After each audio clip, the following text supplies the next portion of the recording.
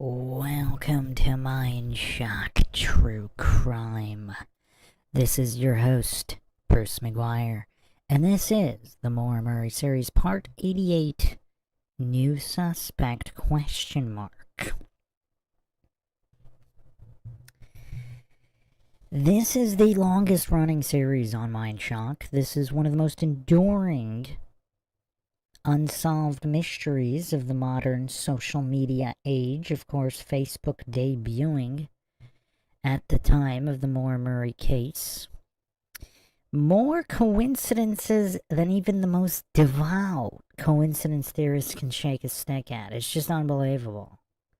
And Stefano is just yet another one, because there's multiple individuals by this name. And it just doesn't end. We have to credit the one and only James Renner, once again pushing this case forward like no one else has. And he's bringing receipts, as always. If you find the MINDSHOCK True Crime podcast interesting and informative, want to help keep up awareness in unsolved cases, cold cases, missing persons cases, wrongful convictions, and more, you can donate to the MINDSHOCK channel. Just check the link in the description. It's PayPal for now. You could also become a YouTube member right here on YouTube. Help support the channel that way. Make sure you subscribe, like, and share. Twitter, Facebook, Reddit, Patreon. Questions, comments, theories, thoughts, suggestions, rebuttals of any kind, leave them in the comments section. Or if you are with us here live, drop them in the live chat. I'll try to get to all of them. Southwest in the chat saying, coincidence stack through the roof to the moon and stars. Yeah, pretty much. So, Adam says, someone just posted a video on the Maura Murray sub, seems to have been done by AI, that says New Hampshire law enforcement had proof Stefan was actively following the case using different monikers online. Yeah, I mean, there's a lot of things. If you know somebody, okay, let's say this guy's completely innocent, because this is MINDSHOCK. I'm not claiming anything is true or untrue. I don't claim anybody's guilty. I don't claim anybody's innocent. There are no claims made here. This is all just objective, logical analysis. No one else is doing it, so that's what MINDSHOCK is for. Let's say he's innocent. Well, okay, let's say he's innocent. Maybe he abused her in some way. Maybe he didn't. Now, if he really, really cared about her, would he follow the case online? I mean, there's a difference between following the case and making a whole bunch of accounts and actively trolling. I don't know what Adam's referring to. But simply evidence of following a case, yeah, that doesn't really prove anybody's guilty. Now, if he's guilty, then guilty parties probably would be more likely to follow closely. But when you're creating accounts with multiple names like Bill Rauch, I mean, that's crazy stuff. Bill Rauch caught red-handed in using a whole bunch of different names online and just actively trolling. Clark Rice says, to care is different than to narrative stare. Yes, indeed. Yeah, huge difference. But simply finding, like, a search history or whatever about the case, I don't think that's too damning in any direction. So, let's get into who this guy is. So we have Stefano. Stefano is a different individual. I actually had the video up earlier. You guys can check that out, the Stefano recap in the Maura Murray case on MINDSHOCK. So, yeah, there's an older Stefano who was connected to the porn producers at the Nootka Lodge, where I think Officer Pepper stopped by that night as well.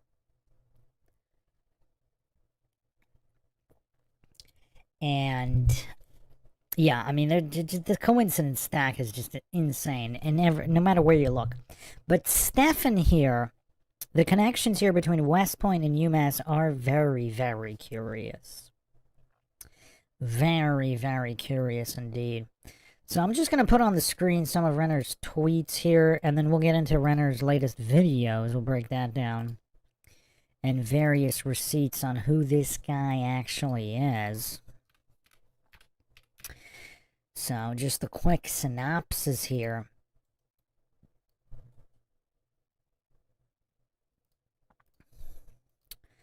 So Renner posted this March 15th.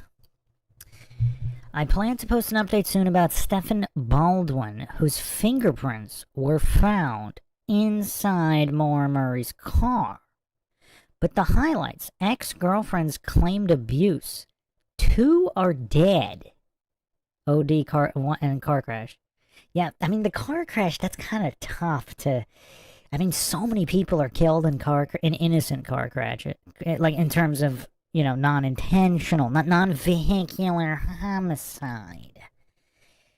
And, I mean, if he was involved in the drug scene, an OD wouldn't be that strange. But yeah, when you have more than one, okay, that might raise an eyebrow of even the most devout coincidence theorist. Mother Barbara Baldwin is missing. Ex-wife claims he was with her in California in 2004. So we have claims he was in California. There's some kind of paperwork that he's in California. But it's weird, like the coincidence theorist goofs, like even on the Maura Murray sub and on Reddit, because I've seen some of those posts, like these goofs are in conniptions over all this stuff. They're pretending, oh, someone said he was in California. Oh, that means he was in California.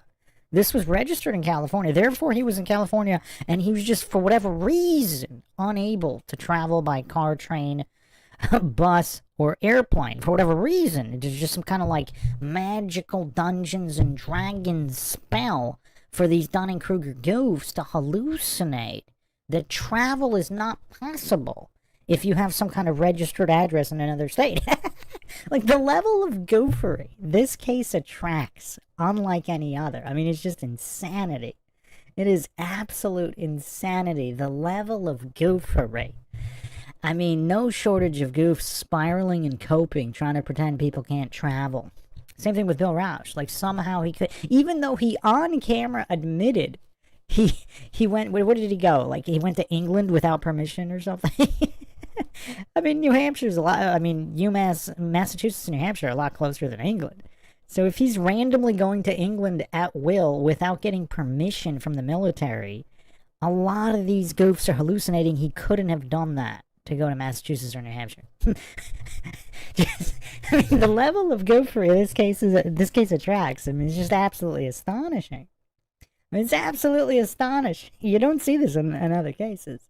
I mean, even in other cases with trolling, like the JonBenet Ramsey case is pretty popular, Madeleine McCann, like a lot of these other cases, O.J. Simpson, there's not this level of goofery of pretending people can't take planes.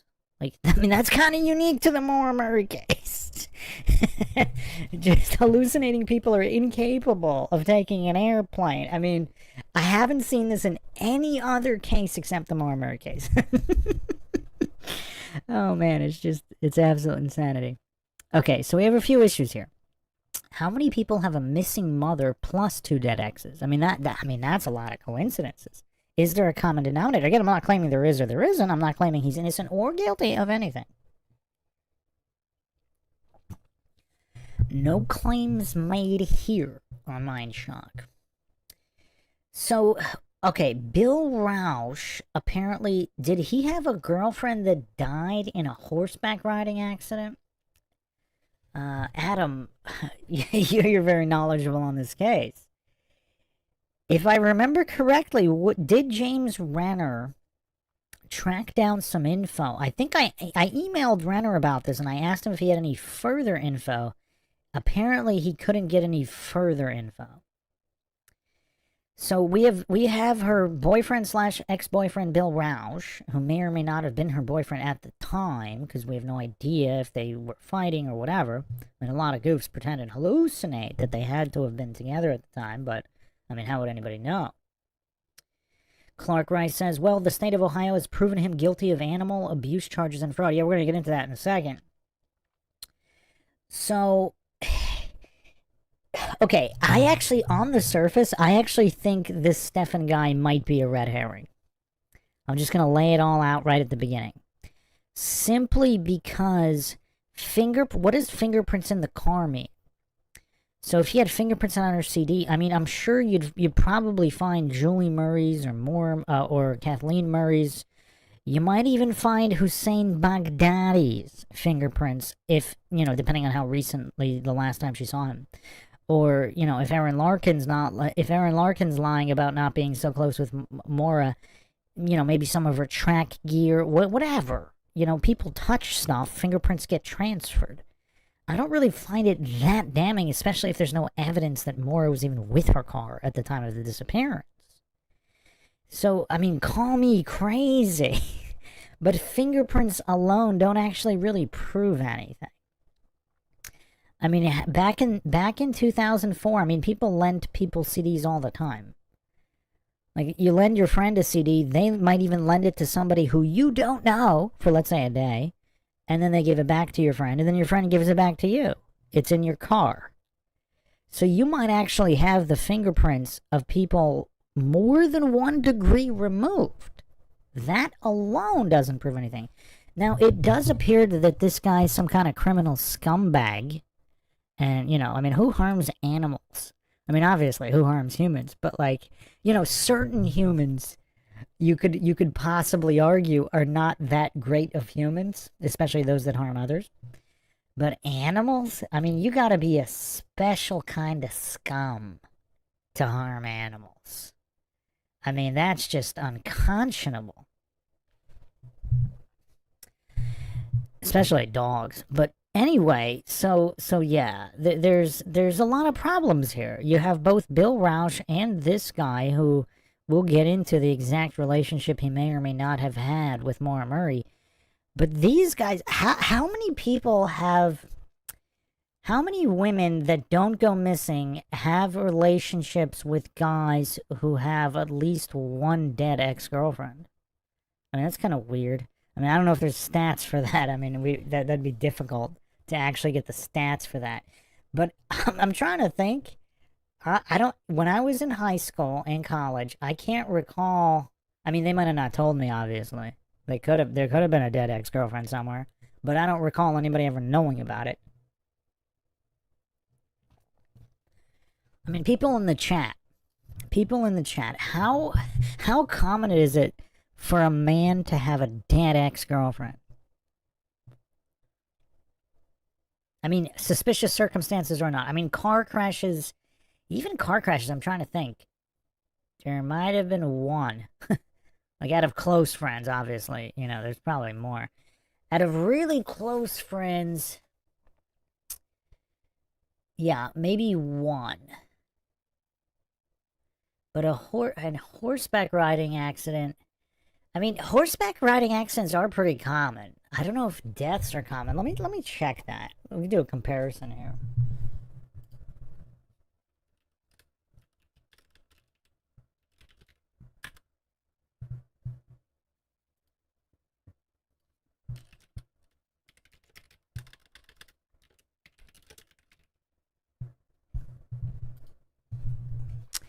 Okay, not common at all. 1 to 3 horseback riding fatalities per year in the... Oh, wow, that's terrible. That's an AI overview? This is a horrible overview. That's not even close. The Brain Injury Association says that in 2023, there was 710 horse fatal... Oh, wait, does that mean the horse died? Alright, hold on a second. Horseback riding is more dangerous than skiing and motorcycling. Yeah, for injury. I knew that for injuries. Okay, 74.83% of equestrian deaths are caused by head and neck injuries. Okay, horseback riding is the leading cause of sport-related traumatic brain injuries. Wow, more than football? That's crazy. 81% of equestrians get injured at some point in their riding career. 81%, if you take any pro athlete, I don't know if I've ever known a pro athlete, or even a semi-pro athlete, or even an amateur. Does anybody know a serious athlete is at any level that didn't have at least some kind of injury? So 81% getting injured of equestrians, I don't know how much that means. I would say more than 81% of it. This doesn't say, obviously, the severity of the injury, but just injury. So there's over 100,000 horse riding related accidents yearly in the U.S. Alright, so Wow, this is kind of crazy. Skiing is more dangerous than motorcycle riding. So skiing, so the chance. So let's see the source here on this. I'm on biamo.org. The source here is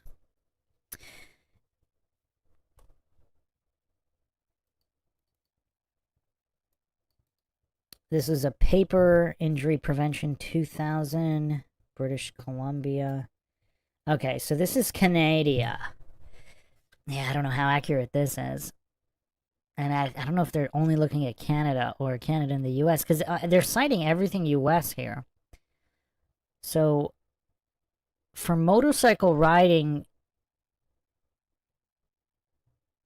so this is from 2002. Hospital admissions for equestrians is 11.8 per thousand riders, assuming 1 hour per day on average. So 0.49 for every 1,000 hours of riding. It's 0.6 for skiing, 0.14 for motorcycle riding.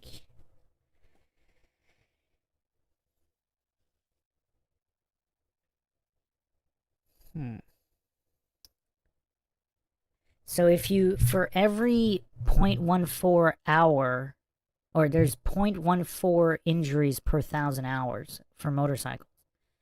So this, according to this, skiing is, oh, they changed the hours. Okay. For 1,000. So the injury rate for skiing is 2.91 per 1,000 days. Yeah, they're doing some funny business with hours per days, but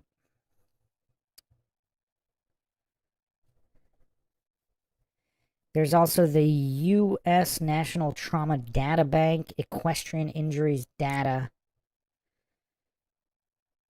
So the portion of hospital admissions for equestrian injuries was 3.5 times higher than motorcycle riding. Yeah, it's not apples to apples, but they're basically saying that the admission, they got 3.5 more hospital admissions for equestrians than motorcyclists. Okay.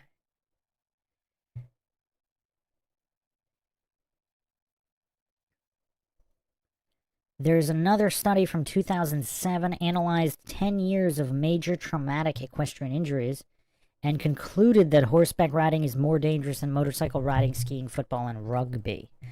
Yeah, I mean, I guess that, yeah. So they're riding less hours and getting injured more. So I guess that would make it more dangerous, because if you're playing more hours of football, I guess that might be accurate, because I mean, for football, you're practicing if you're a pro or just serious, you have multi-hour practices, then multi-hour games. Okay, I guess so.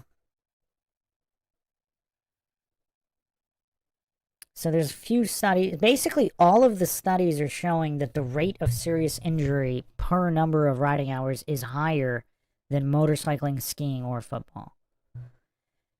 So you get hurt more practicing less. You get hurt more riding less on a horse.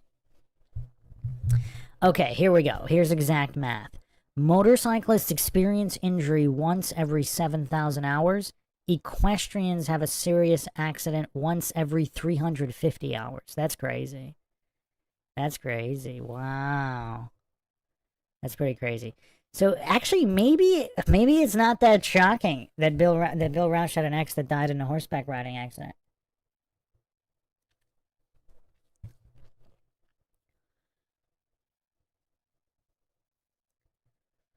So it's the leading cause of sports-related traumatic brain injuries. It's from CDC and the Journal of Neurological Focus. So 2016 study by the Journal of Neurological Focus found that horse-related accidents cause the most traumatic brain injuries in the U.S. 45.2%. And then interpersonal contact, 20.3%. Roller sports, 19%. So it's wait, equestrianism is more dangerous than roller sports. So we got to do a head-to-head with roller jam. That might be a completely different story for roller jam.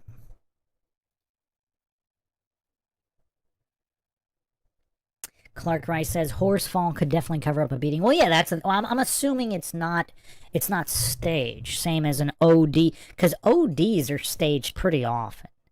I mean, ODs are more likely to murder via OD is more common than murder covered up by car accident. I mean, people do the car accident thing too, but that's a little bit more involved. Clark Rice says, how crazy is it that Maura Murray had multiple boyfriends who both have other dead romantic partners, and more than one dead romantic partners, and a missing mother? I mean, that's kind of wild. Then again, see, here's the thing. Hold on. Let's try to be as logical as possible here. If Stefan runs with a wild crowd and he's a druggie,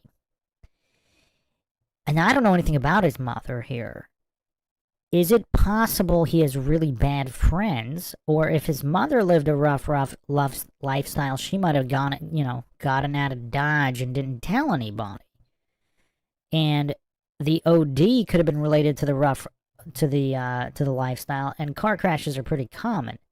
So you could say it's plausible that this doesn't quite raise a red flag. Obviously, we'll get to his other charges, which do, but yeah, let me just finish with the, I was trying to get an exact number of deaths.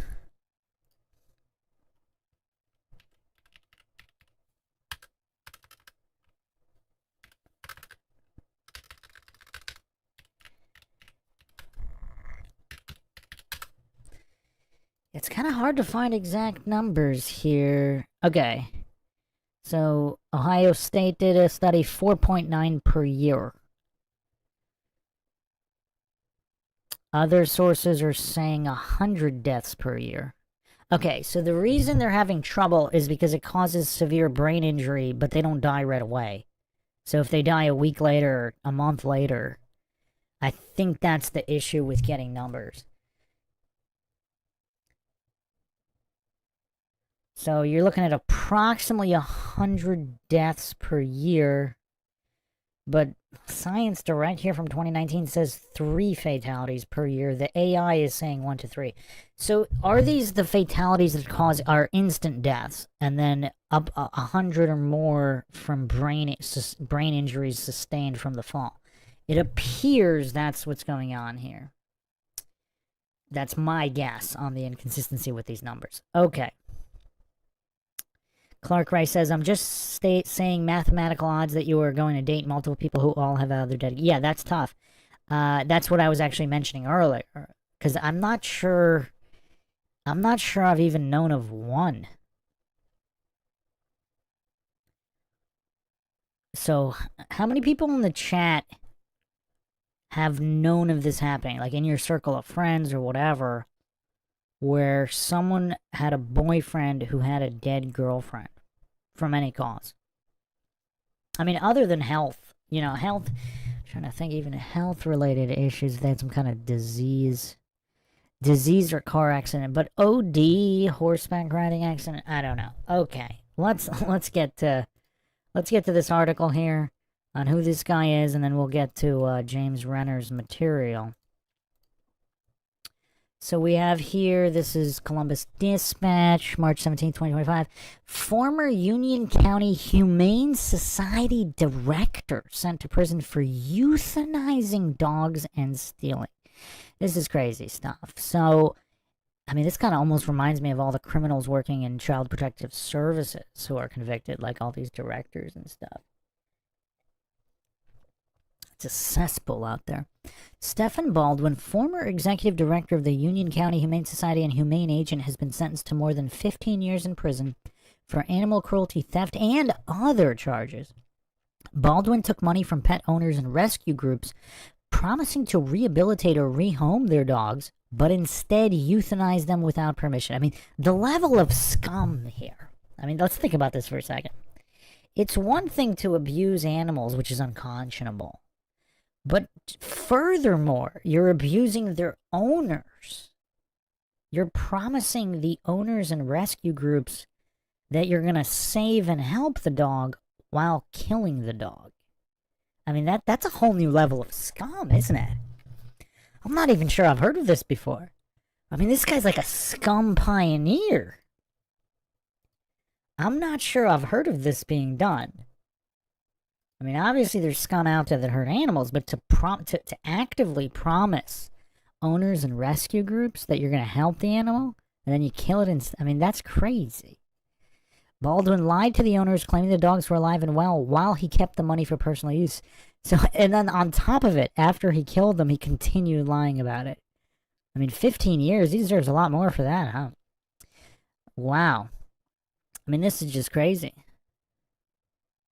32 counts, animal cruelty, bribery, theft, and other charges in a 2024 bench trial. So this is the guy we're dealing with here. And obviously there's all sorts of scum out there. That doesn't mean they're guilty of a particular connection to a crime, in this case Maura Murray. So that's what we'll be examining. Adam says, one thing that can be said, this guy is very skilled at manipulating others. There's an article that said he came across as extremely charming. Yeah, so was Ted Bundy, right? I mean, okay. All right, so let's get into Renner's new info here. I'll put it up on the screen. Hey, and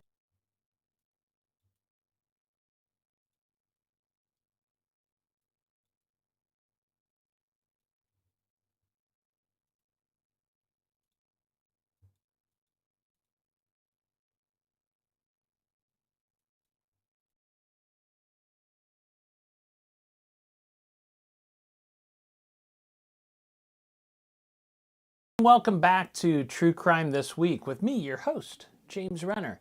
Hey, and welcome back to True Crime This Week with me, your host, James Renner. Hey, usually, as you know, this show is devoted to bringing you all the latest true crime news you may have missed during the week. But today's episode will cover new information in the disappearance of Maura Murray. I'm going to return next Friday morning with our regularly scheduled programming, but I want to bring in this special episode. There's a lot that happened today. 24 hours ago, I thought this was going to be a normal podcast, and then things happened. I've actually been away for a couple weeks. I just got back from a tour around the Midwest for my new true crime book, Scout Camp. I visited Des Moines, St. Louis, Tulsa, Wichita, which is why I haven't been doing the show for 2 weeks, and was ready to get back to business as usual. But yesterday morning, I got a call from a source close to the investigation of Maura Murray. The story I'm about to tell you is a little twisty, it's a little complicated, and it's very new, so I'm going to do my best to walk you through it, but here's the headline. A fingerprint found inside Maura Murray's car has been linked to former West Point cadet Steffen Baldwin, who was sentenced to 15 and a half years in prison on unrelated charges in Ohio yesterday.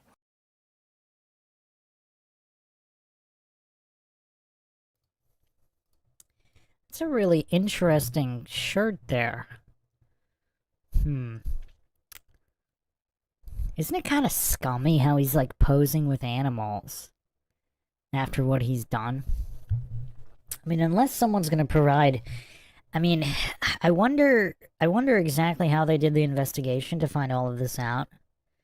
Because, you know, in the event that he was innocent, but I mean, it's kind of hard. Like, there's dozens and dozens of charges. He got convicted on all of them. So I would have to assume that there's many, many different victims. And they obviously had to have some kind of evidence that he euthanized these dogs. But, I mean, this is crazy. Unless he had some kind of psychotic break at one point. But watching him pose with dogs is just, it's kind of disgusting. But, yeah, just his shirt here is kind of interesting. Cleverly disguised as a responsible adult. Wow. Wow. And just another point about James Renner. He's been vindicated at every turn. So, there's definitely been some smear campaigns.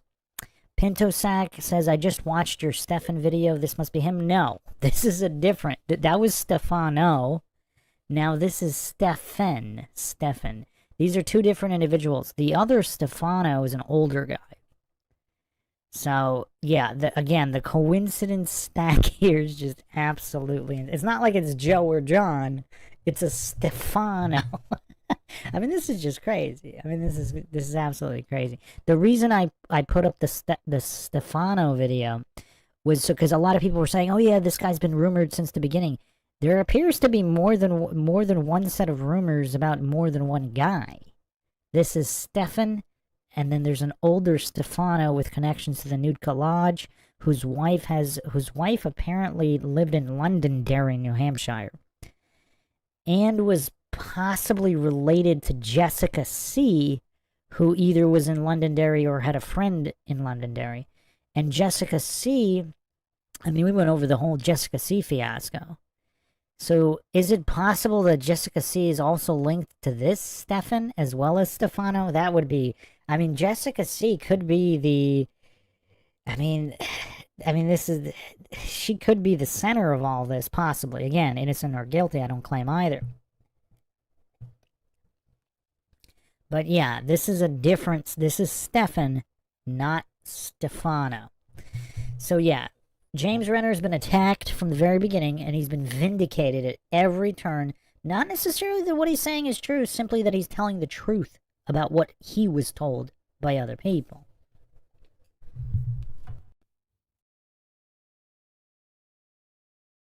In fact, an investigator for the New Hampshire State Police once referred to Stefan as his #1 suspect. Here's what I've been able to piece together in the last 24 hours. I'm going to start with the crimes in Ohio and then show you how Stefan connects to Maura Murray. Back in 2012, Steffen Baldwin was appointed as a humane agent for Union County, Ohio. That's in a rural part of Ohio outside of Columbus. Part of his job was investigating animal cruelty cases for the county. But even though he was an official agent of Union County, he really worked for a nonprofit he created known as the Animal Cruelty Task Force, or ACT for short. He had a badge and legal authority and all that good stuff. Stefan also served as a board member for the Logan County Humane Society and was the former director of the Top of Ohio Pet Shelter. Stefan ran his nonprofit out of a few locations in Union County, including his home. ACT's mission was to take in dogs with behavioral issues, dogs that had gotten in trouble for biting people and were at risk for being put down. And Stefan would train them and then place them with their new forever homes. Perhaps he even really did that for a time, but then the dogs began to disappear. When owners called to check on their dogs, Stefan would tell them that the dog had already been placed for adoption, but then he could not provide any information about where they ended up, and he could show no documentation related to the adoptions. Long story short, what Stefan was really doing was euthanizing the dogs when their funding ran out in order to make space for new dogs and new money. And that money that was supposed to go back into the nonprofit and the care of the dogs ended up going into his pocket.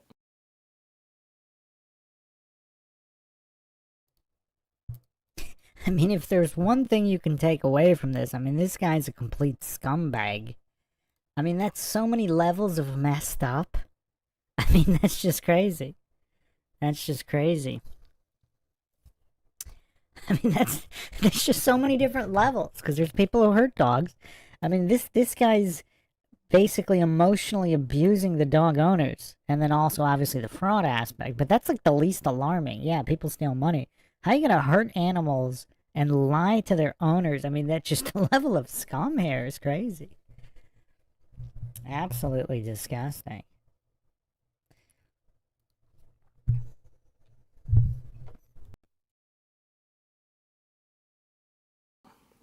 By the time the truth came out, Stefan had needlessly euthanized at least 18 dogs in Ohio and possibly as many as 100 cats.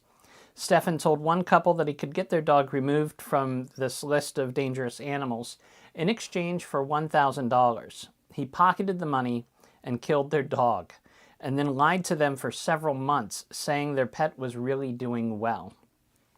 When Stefan learned he was being investigated, he fled to California, where he started up a new nonprofit and began killing dogs again. He He was eventually apprehended by U.S. Marshals who posed as potential customers and brought back to Ohio, where he was charged with 43 felonies in 2020.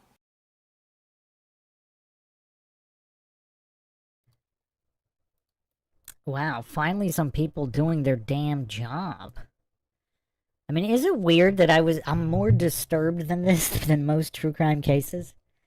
I mean, this guy's killing hundreds of cats and dozens of dogs that they know about. I mean, this guy's a serial animal killer. Prolific.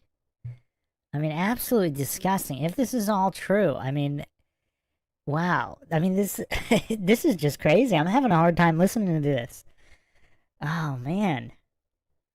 What the heck is wrong with this guy? Man.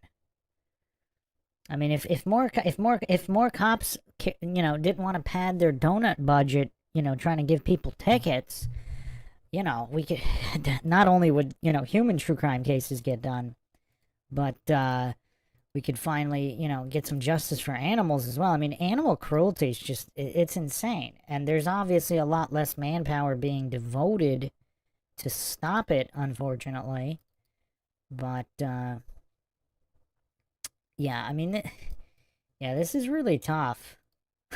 I mean, it's actually kind of hard for me to listen to this. That's just so crazy. I mean, it's kind of hard to believe it's all for money, right? Like, even if somebody wants to make money, like, how are you going to kill it's just, it's weird. It's weird. Call me crazy, but there's something seriously wrong with this guy. I'm not sure I could say he's doing it just for the money. Like, who would do that for money? Even if you could make a lot of money. And I'm sure some scumbags would. But, I mean, there's a lot of criminals that won't even hurt animals. They'll kill people for money. They won't hurt an animal. I mean, it's just a special kind of scum. Oh, man.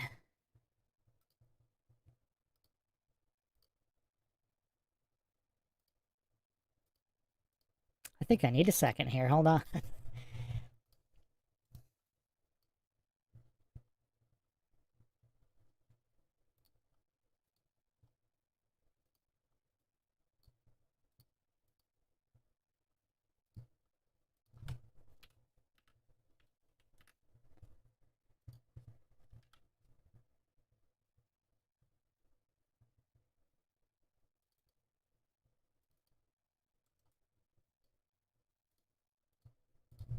Just a quick statism reminder here. When a cop on a motorcycle gives you a ticket for no seatbelt, you realize it's not about the safety.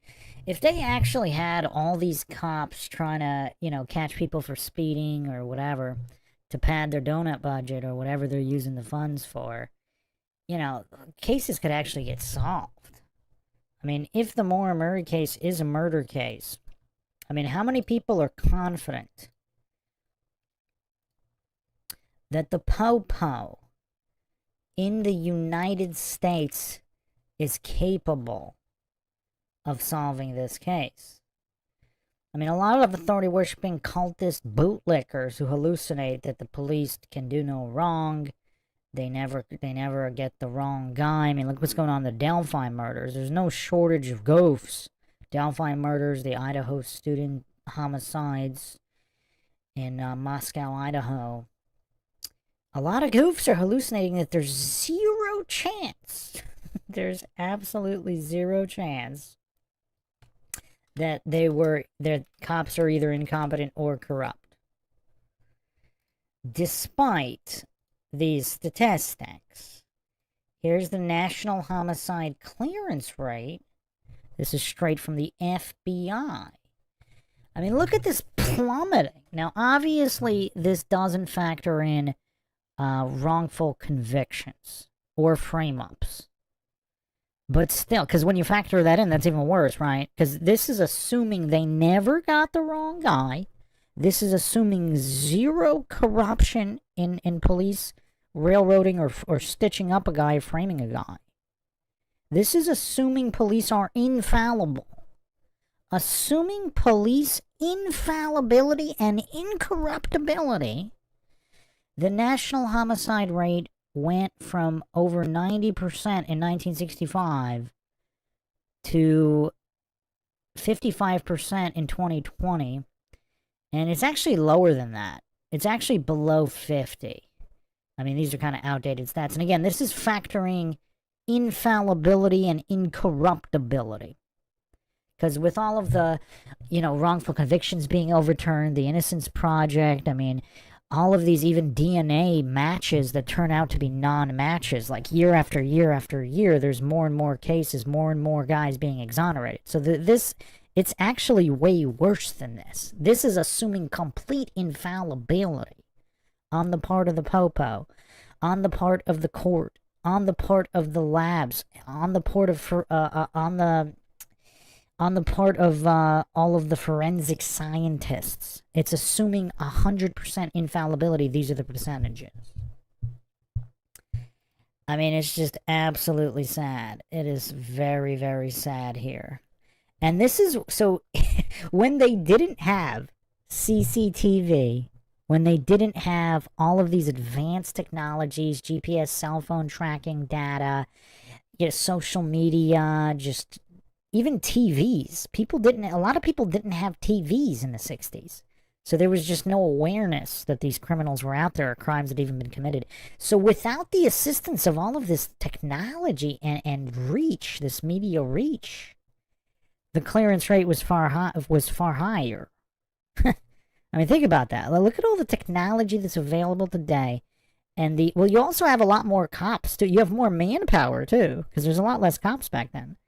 You have more manpower, more technology, more resources than ever before.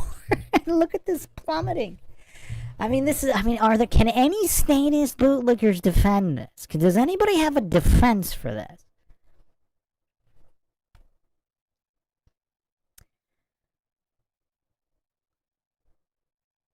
Any defense? Nobody. Nobody can defend this. Okay, well, I can't defend it either, so, alright. Well, let's continue on here.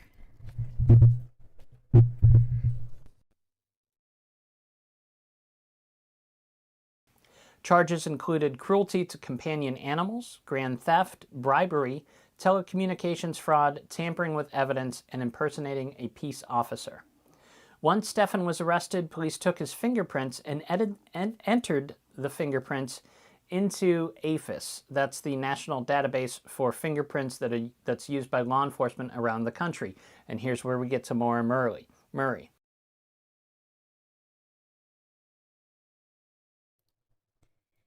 The police impersonator charge is actually quite interesting because if you haven't seen the police impersonator episode, here, I'll tell you exactly which episode that was. There was apparently more than one police impersonator in the area of this hamlet in the middle of nowhere in New Hampshire.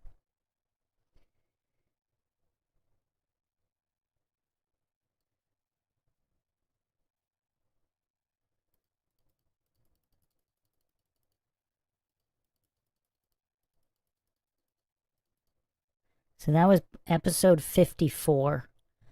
Was the police impersonator. I go over that. Apparently there was more than one. There were I think 2 known police impersonators in the area.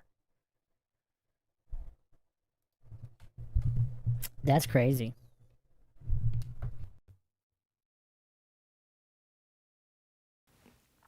Shortly after they entered his prints into AFIS, New Hampshire State Police Cold Case Unit Detective Charles West contacted police in Ohio.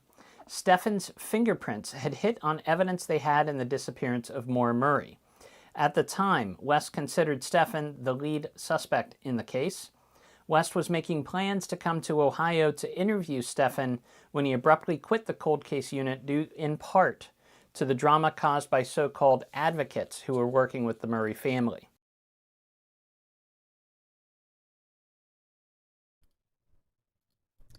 Was that John Smith? So here's another reason why I think this might be a red herring. If Chuck West is saying it.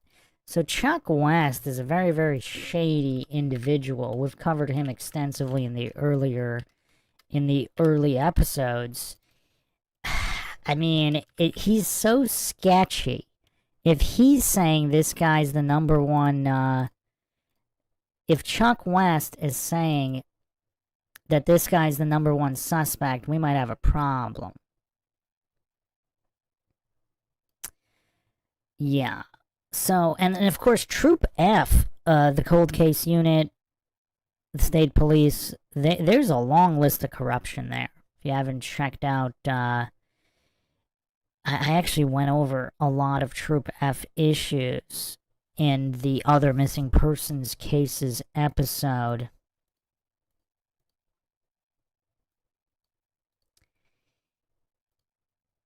For people that haven't watched the whole series, has everybody seen the entire Murmury series here? I mean, this is only the 88th episode.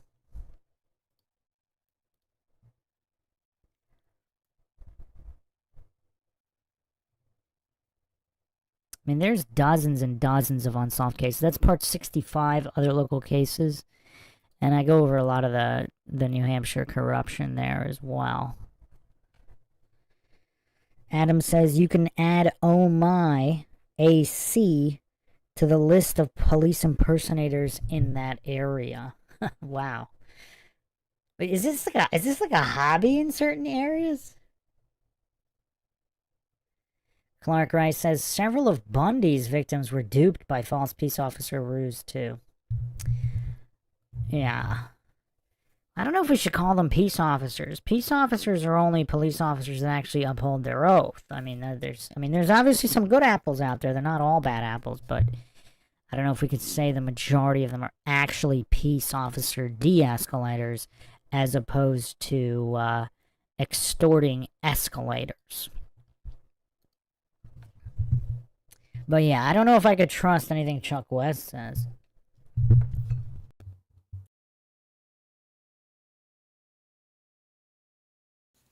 For those who somehow have not heard about this case, Maura Murray was an accomplished runner from Hanson, Massachusetts.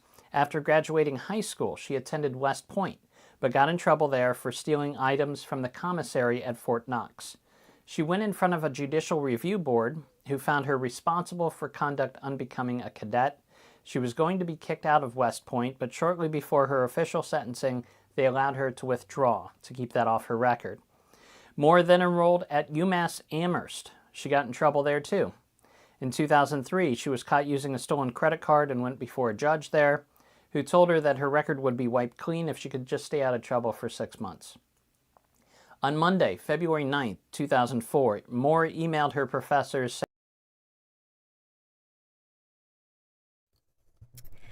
I have to interject here. Sorry, Mr. James Renner. Okay, just because an email was sent from Maura's computer doesn't mean she sent it. Also, the whole credit card situation, everybody's reciting this as fact. Same thing with the stealing from Fort Knox. Is there security video? You would think there would be. Is there actual evidence? Because I explained this too. I'm not sure why some people don't know about this. It was kind of like a prank. This was a prank back in the day. I guess they might have still been doing it in 04. But in the 90s, there was a prank where people would put items in their friend's pocket, and then they would get caught shoplifting, friends in quotations. They'd get caught shoplifting when they weren't the ones that shoplifted it. Now, if someone had it out for Maura, would they do that to her? There seems to have been a lot of issues at West Point. Furthermore, I mean, this whole thing, this is just the way to recite the case. I mean, let's keep logic and reason at the forefront here. Just reciting allegations is fact. With the credit card fraud, again, pass around credit cards are pretty common. If somebody gave her the card and said it was okay to order pizza on it for the dorm, why wouldn't she do that? Then if someone didn't like her, they would say, oh no, I didn't. And then they would get her in trouble. But the fact that there was an entire sting op over a 2-digit credit card charge, does that make sense to anybody? I mean, I've had 3-digit charges that try to dispute a charge on your credit card. You won't get a sting op. If somebody fraudulently charged, I mean, I've had issues with certain shady businesses, and it was a whole dog and pony show just to get it refunded to the card. You know, the police don't give a crap. Clark says she definitely stole from the PX at Fort Knox. How do you know that? Were you there, Clark? Do you have some insider information? Clark was at West Point, but were you at Fort Knox? Clark, of course, for those who don't know, Clark has a Maura Murray sighting at West Point. We went over that. Clark remembers seeing Maura twice. He didn't run into her once. Twice. Very interesting sighting. Clark says the West Point honor board system. I have no doubt that that's what was reported. I'm not, just like the credit card fraud, I'm not disputing what the report said. I'm asking, how do you know that they're accurate? Unless there's video from the store that shows her pocketing it, how do you know someone else didn't slip it in her pocket? I mean, people apparently are not aware of this. Was kind of like a thing in the 90s. I mean, I don't want to say it was, all over the place, but I heard of it. People used to playfully do it and then but not actually let the people walk out, but I didn't see that happen for real. But I even saw that it was common enough that it was even in the media. Like, there were TV shows and movies around that had that happen. Not that many, but common enough to find its way into at least 1 or 2 TV shows and movies. Pinto Sack says, even video could be fake. How can we ever know? I mean, if the video was... If you can somehow find the VHS tape from the... I mean, if there's a report from the time of... I mean, yeah, I get what you're saying. It could be doctored. But, I mean, it would hold some kind... I mean... It would hold some kind of weight if there was some kind of tape. Just like if they had released the ATM video right away. I mean, yeah, it could still be fake. But look at Columbine. The Columbine cafeteria video went to FBI Quantico first and then was released in the media. So if there was like some kind of direct chain of custody and immediate release, I mean, maybe. I mean, it could hold... I mean, yeah, it could still be fake, but we could still we could assume that there's a possibility that it's real. When you release stuff decades later, I mean, that's going to be highly suspect. If there was... I mean, even if video was listed, like Clark, the West Point honor board system, did it mention if that she was caught on surveillance doing it? Because even a mention of that's one step beyond. I mean, that still doesn't prove it, but that's at least a step closer if they had some kind of basis. Because if she just tried to walk out and security said, what's this in your purse or whatever, where's the evidence that she was the one that put it in her purse? Especially if either her roommate or people that didn't like her were with that group, or was she alone in the gift shop? If she was alone in the gift shop, okay, that's a lot more damning. If she was alone in the gift shop and she admitted to it, okay, sure. But if someone put it in her purse and she was too scared to or whatever the reason, she didn't want to tell who did it. Similar with the credit card fraud. If she didn't want to throw somebody under the bus, or she's protecting somebody. Like, let's say somebody else used the card for whatever reason, she protected that person. So we don't really, that's tough. Clark says the totality of evidence when determined to be beyond reasonable doubt. I mean, gravity does exist, does it? Is there any evidence for that?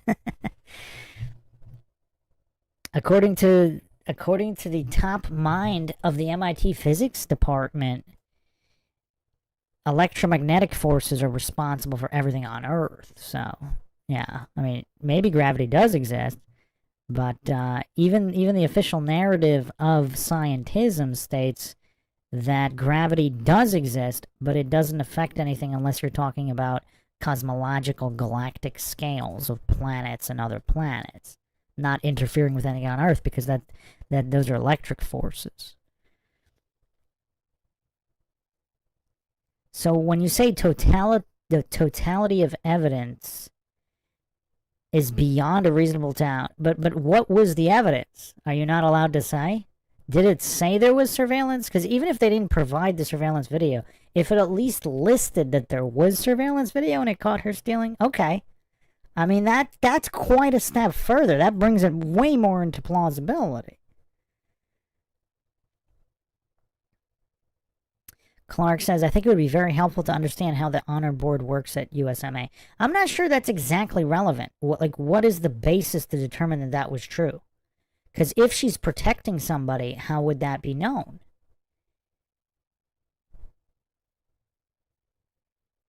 Clark says it was human surveillance, store detective working with CID MPs. Okay, so you're saying security, store detective, is that security? Or is there an undercover? Is there an undercover detective at the Fort Knox gift shop? That's wild. No, but who believes that there was no surveillance at Fort Knox? I mean, who believes that? Okay, so there's you're saying a security guard saw her pocket it. Okay, I mean that's pretty good evidence, but I would think if you want, but it could still, I don't know if that's beyond a reasonable doubt. That's the testimony of a human. If there was video surveillance and it was presented at the time, I mean, it doesn't seem like they would doctor that at that time. If they released it now, I mean, yeah, that can't be trusted. But if they had it at the time, so Clark, you're saying there is surveillance. So it was was the human surveillance corroborated by the video surveillance? Because here's the thing. There's a theory that Maura was being set up. Same thing with the credit card charge, that they set her up for the sting op. Because why would anybody do a sting op? They have a huge drug problem at UMass. There was the largest drug bust in history there. And they're going to bust her for a 2-digit pizza charge? Really? Does anybody think that's above board? So the credit card charge was definitely not above, but there's something weird going on there. The Amherst is going to put together a sting op on, was it I think it was the same day. I think it was like on 2 hours notice. They put together an entire sting op, sending officers to the dorm and taking a dorm mugshot over a 2-digit pizza charge. I mean, I don't know. That just doesn't make any sense. They have serious drug issues there. Now, did they think it was drug-related? Why would they think a 2-digit pizza charge was drug-related? I mean, that doesn't make any sense either. And that's probably a different police... That's an entirely different police unit. So, Pinto Sack says, Bruce, you need to come to terms that she was a little sketchy. Booze, bad boyfriend, stealing, lying. Well, I can't come to terms with things that aren't proven. Kind of like someone saying, you have to come to terms with physical objects attracting other objects, aka gravity, is absolutely real here on Earth. There's no experiments that can prove it, but it's real. You gotta come to terms with it. I mean, I'm not denying the possibility that she was. I'm not denying the possibility that she stole it, or that she really did use someone's credit card for a 2-digit pizza charge. Maybe she did. I'm just saying, without evidence, how do you know that that's true? Obviously, a lot of rumors. Even the booze, like what's sketchy about? I mean, most college students drink. Now, there were rumors that she drank a lot, but I don't know if that's enough to differentiate between the average drinker, because apparently she's on the track team. I mean, she was an athlete. She's in nursing. She's doing all these things. I mean, yeah, you could say she's a functional alcoholic. I mean, what are the chances? I mean, maybe she was. Maybe she really just had the highest tolerance ever. But I don't know. For the amount of activities that she did, is it possible that she drank as much as people allege? I don't know.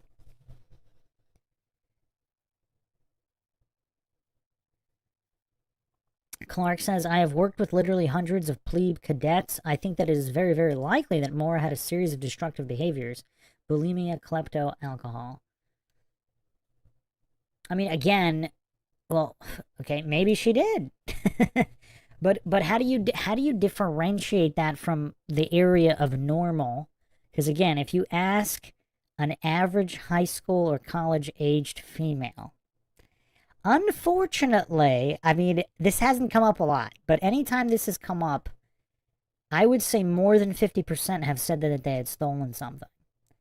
Now, at what point does it become destructive? They did it once, they did it twice, they did it 5 times. They didn't do it 100 times. And it was usually a very, very small, inexpensive item. Same thing with alcohol. Well, most people drink, so what percentage drink in the beyond the threshold of the average range? Same thing with now the bulimia is a little bit different, obviously. I mean, that's a little more of a serious condition. Pinto Sack says, look at how much booze she allegedly bought at the liquor store. Well, the key word there is allegedly, right? Is there any video of her? How do you know she bought any? She might have bought zero because she was never there. Or if she was there, she's with somebody, and if they're going to a party, they're buying the booze for everybody. So again, I mean, that really means nothing. People buy a lot of liquor, people buy a lot of alcohol for parties all the time.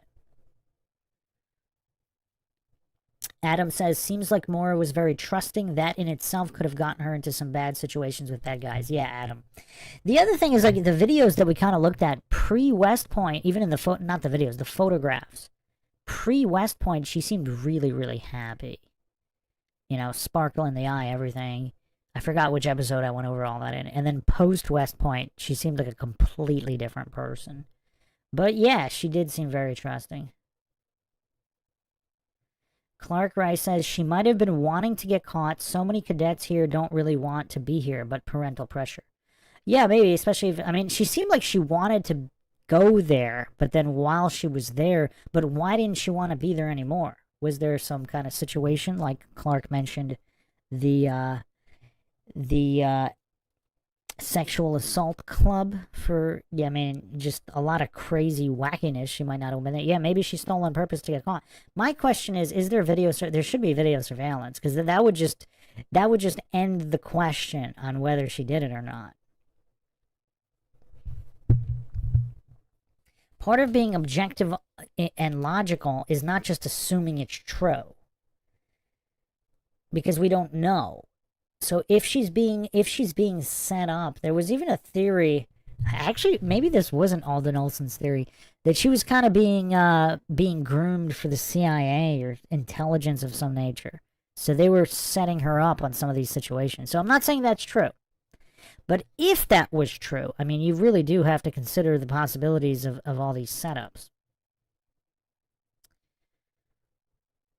So anyway, let's continue here.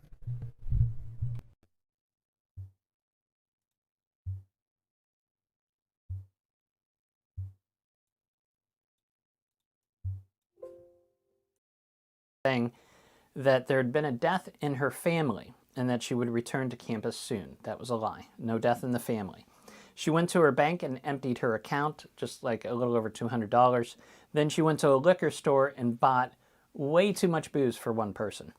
Then she drove north into the White Mountains of New Hampshire, where she crashed into a snowbank around 7:30 p.m. People who lived near the accident site called the police, but sometime between the crash and when the first officer arrived, a window of somewhere between 5 and 7 minutes, Maura vanished, never to be seen again.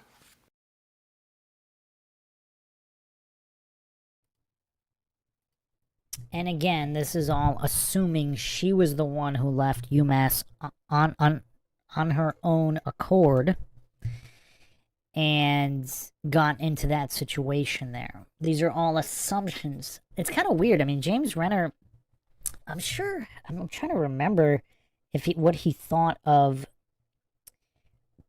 because he brought up the tandem driver theory, that she went up there but not alone. So what's kind of weird is, because we also don't have evidence that the Saturn was even on campus at the time on that Monday. It could have been towed much earlier. It was sighted the previous weekend in Boston. So we really do. I mean, these are all assumptions. Again, I mean, as a true crime writer, I'm surprised James Renner hasn't gone back to square one and retraced all of this. Again, there is security footage at UMass. There is CCTV surveillance of the entire exterior, the common areas in the dorm. So they would have been able to trace her steps. They would obviously know whether the Saturn was in the parking lot or not. They would obviously know whether she went in it and drove it off.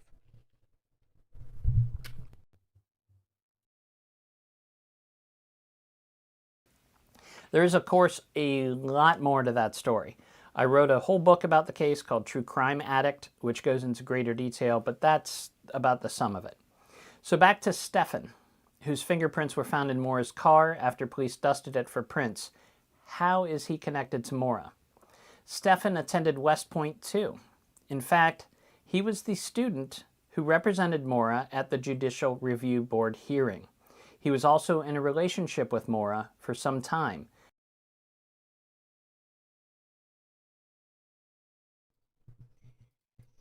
And there's the bombshell. So he represented her at the hearing? Clark, did you know this guy? Or were you not there in 04? I forgot to ask you that. How long have you been a professor at West Point? Clark says I had no knowledge of this case, but you were there at the time? I was just wondering if you knew any of these characters in the periphery. Bill Roush. Wait, did I ask if you knew Bob McDonald? I kind of forgot. We've been going over this for so long. What years are you were there? What years were you there?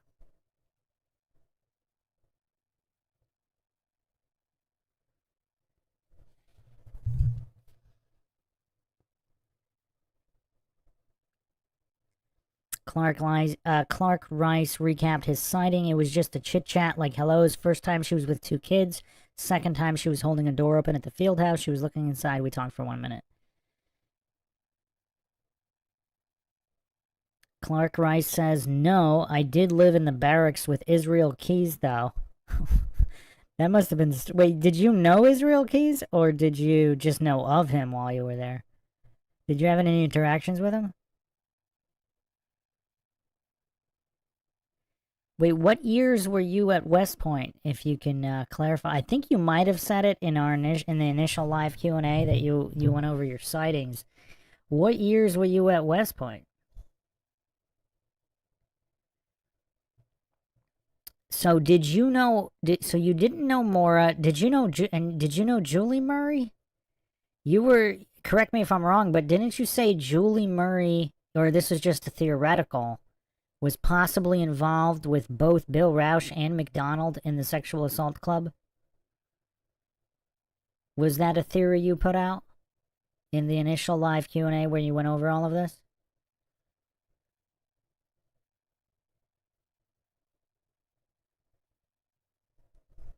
Clark says, worked there till recently. Some of my office mates were in their year groups. So what was the... If you're comfortable, or at least just what year did you get to West Point? And did you know Bob McDonald and his wife? I think you might have mentioned this. I think you said you did, right? Clark says, yes, that is correct. The sexual assault club and all that. So I forgot if I asked you, but how well did you know Bob McDonald and his wife?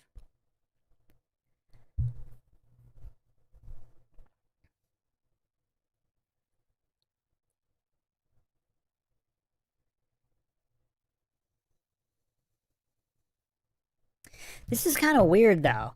So this guy's representing Maura at her hearing, and she's in a relationship with him, but then Bill Roush becomes her mentor, and then she's in a relationship with him?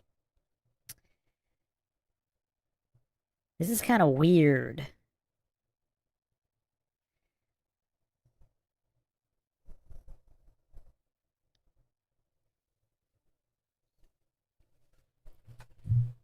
Clark, if you want to say, what year did you get to West Point?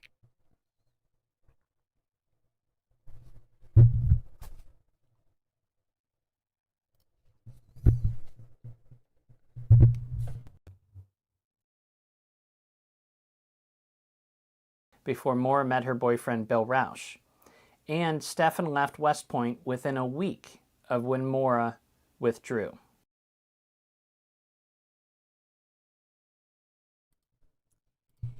Okay, that's the most damning thing I've heard so far, because Maura left Maura left, then this guy leaves. Now again, it's not that uncommon for cadets to drop out, obviously, but I mean that time frame's kind of crazy. Clark says 2008. Okay, so you weren't at West Point at the same when Maura was there. Clark says, when I got there were a lot of rumors about what had been going on in the recent past. Okay.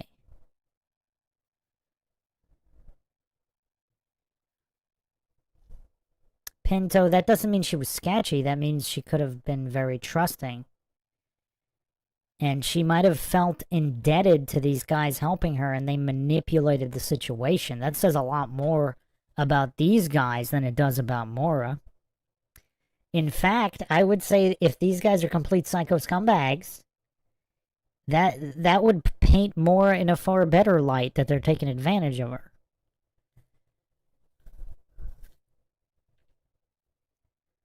Clark says, never even heard of Maura Murray at West Point ever mentioned. That's really crazy. Okay, what about Bob McDonald? How well did you know McDonald and his wife? Clark says, the silence around Maura Murray is deafening. Pinto says they are both definitely psychos. Yeah, psychos like to manipulate and take advantage of really nice people. In fact, I mean, again, this is I was actually going to go over this on a dating logical analysis of modern dating. And, I mean, not specifically modern, but it seems like really, really nice girls get in these relationships with these scumbag guys. And really, really scummy, crazy girls get in relationship with these really, really nice guys and take advantage of them. I mean, it's just crazy. It just really, people are just really terrible at picking suitable partners.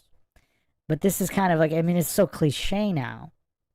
Scumbag guy, nice girl. Nice guy, scummy psycho girl. Yeah, these guys appear to be psychos from all of the reports on Bill Rausch. And then now all this information that came about this guy. I mean, that fits the bill. I mean, we can call a duck a duck. Obviously, we don't know if they did anything to Maura, but that doesn't paint. I don't see how I don't see how them being manipulators paints Maura in a bad light. In fact, I would say the opposite. I mean, some of these sick psychos, they get pleasure from corrupting and manipulating really, really nice, sweet people.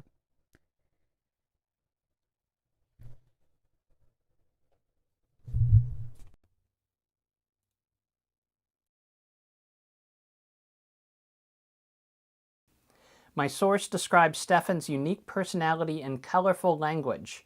Quote, he's a sociopath, end quote, they said.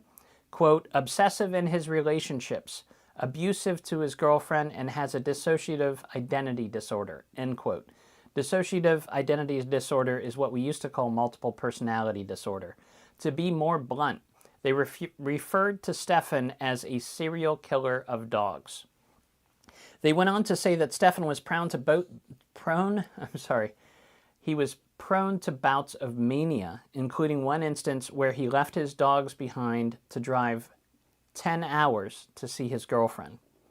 I was given this information yesterday morning, just a couple hours before Stefan was due to be sentenced for his crimes in Union County. It's a 2-hour drive from my house, and I arrived just before it all started.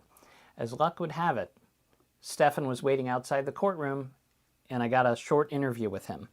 Stefan told me that he dated Maura for a while at West Point, saying, quote, I really cared for her, end quote. Once he actually got in trouble for having Maura in his room at West Point because I guess there they have this rule where you're not allowed to share a horizontal surface with a member of the opposite sex. And then one day when they were on a bus, Maura chose to sit next to Bill Rausch instead of him. And that's when he realized that she had started dating Bill. He says he represented Maura in front of another judicial review board after Maura was found passed out on the lawn at West Point, suffering from alcohol poisoning. Those are his words. He claims her friends dumped her there and ran away to avoid getting in trouble themselves.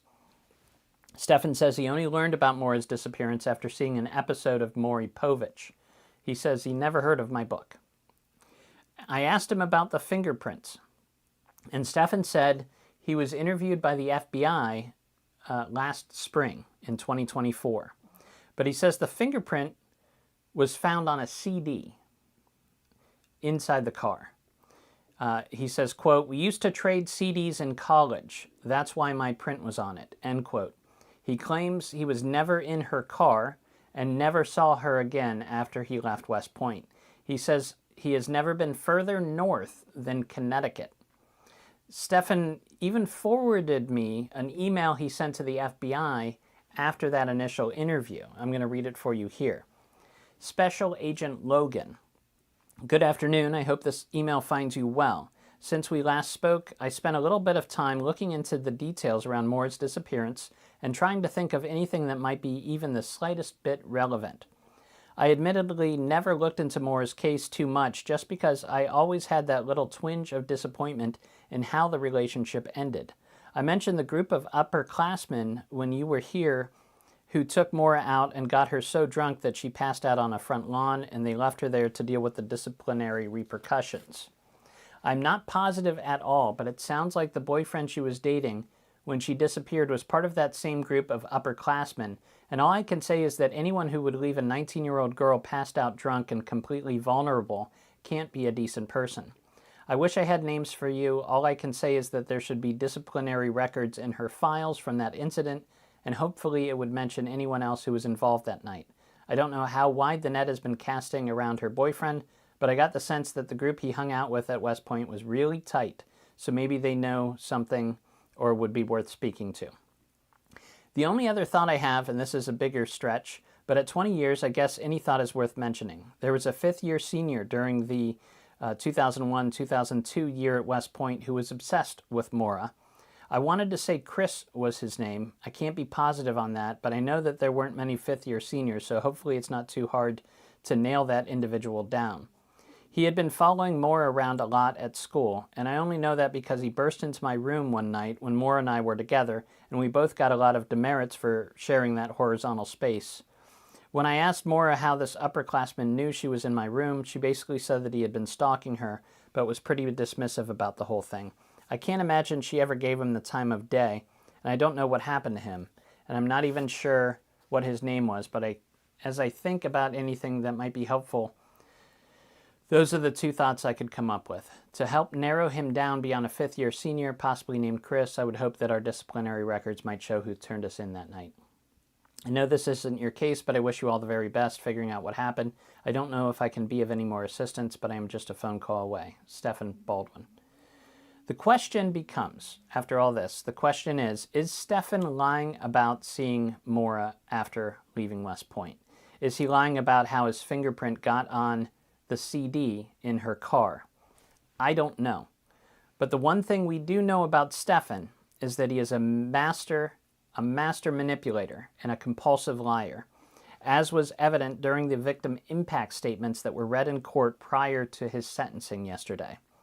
One woman named Alex said, quote, "No one should have to encounter the monster that Baldwin is ever again. He deserves to rot in prison for the rest of his life," end quote. A woman named Tish said, quote, "He conned every human into believing him. His deception caused immense suffering," end quote. A woman named Linda said, quote, "He was and is a master manipulator and could make other people believe whatever he wanted them to believe. His actions were not one-off, it was habitual, and he hid things with a smile on his face. I believe there are more lies that we are not aware of," end quote. A veterinarian named Michelle Gonzalez said, quote, "He is someone who has no empathy, no ability to care for others. I want you to consider his lack of remorse," end quote. A woman named Lisa said, quote, "He always thought he was smarter than everyone else. He has psychopathic tendencies. He has no emotion, no compassion for victims, human or animal," end quote. In the end, the judge sentenced Stefan to 15 and a half years in prison for his crimes, and now he will have to submit his DNA. I'm still processing everything I learned today, but there are a couple things that I'm reminded of. A couple years ago, I learned that Maura's boyfriend, Bill Rausch, accessed her voicemail after she disappeared, and in doing so, learned that Maura had hooked up with a guy at a UMass party the weekend before she went missing. And very early on, I'm talking like 20 years ago, there was a popular rumor floating around message boards devoted to the case about the man Maura left the party with that night. Here's a screenshot of an old post on mydeathspace.com. At the time, the rumor was that this man's name was Stefanos. I've also seen him just called Stefan, S-T-E-F-A-N. Steffen Baldwin spells it S-T-E-F-F-E-N. I'm very interested. I'm very interested to know if Stefan was ever at UMass or in New Hampshire. Here's what he looked like around that time. Feel free to email me directly at jameswrenner@gmail.com. And if you have any information helpful to the case, contact the Cold Case Unit with the New Hampshire State Police. That's the new info. I'm interested to see where it goes, what other leads it might kick up. I will be back next week, Friday morning, wherever you get your podcast. True Crime This Week. I'll be back here with the true crime news you might have missed during that week. We'll get back to regular programming. But thank you for listening to this update in the Maura Murray case, and we'll see you soon.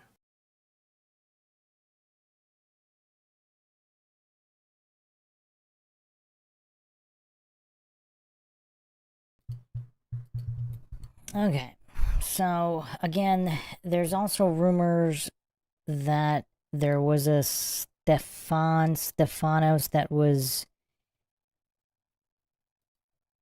Sarah Alfieri's cousin. I don't know if that is this guy. People started looking into that.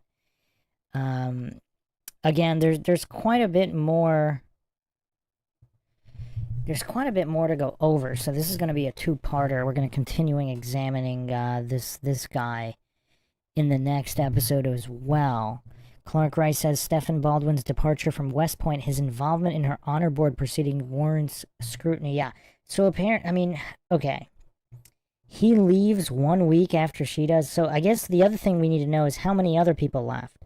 So if there was a window of time where it was only her and him, that's curious. That'd be very, very curious. Any final thoughts from the listeners here before we round this episode out? So we will be continuing to examine him in the next episode. There's actually quite a bit more info to go over.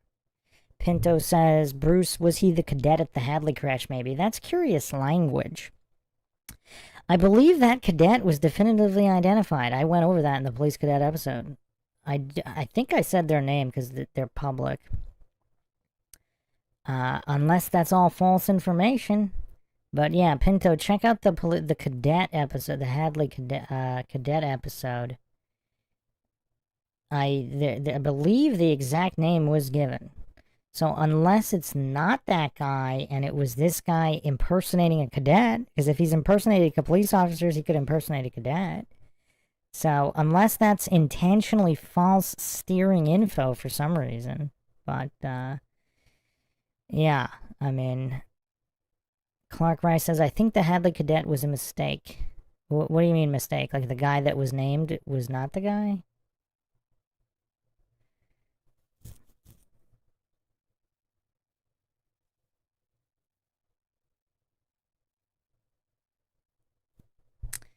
Yeah, I mean, it's a lot of pretty weird stuff.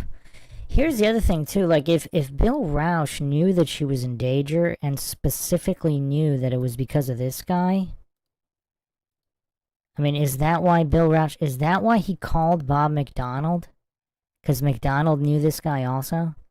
Did Bill Rausch suspect this guy? See, I've brought this, I think I'm the only one that put this theory forward, that Bill Rausch was actually the good guy in this situation. Might be a complete psycho, but he was the good guy in this particular situation, and he raced to New Hampshire with his parents and his former professor because they had actual knowledge, unless they thought that Maura was going to blow the whistle on them if both Bill Rausch and McDonald was involved in this sexual assault club. A lot of options here, but if Bill Rausch really was the guilty, if Bill Rausch was really the good guy here, what does that mean?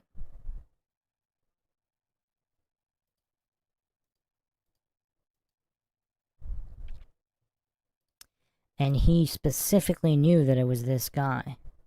Oh, Clark is saying USMA cadet and UMass cadet was transposed. Oh, that's curious. But Clark, if you haven't checked out the cadet, the police cadet episode on MINDSHOCK, check that out, because for whatever reason there was a specific guy actually named. So it wasn't just that, a random cadet. Clark says if Bill found out that Maura had been reconnecting with Baldwin, Roush and friends would respond. Yeah, especially if there's also other behind-the-scenes issues that we don't know about at West Point. But we'll go over all this and more in the next episode. Thanks again, everybody, for joining us for another edition of MINDSHOCK True Crime. This is Bruce McGuire signing off. Catch you guys next time.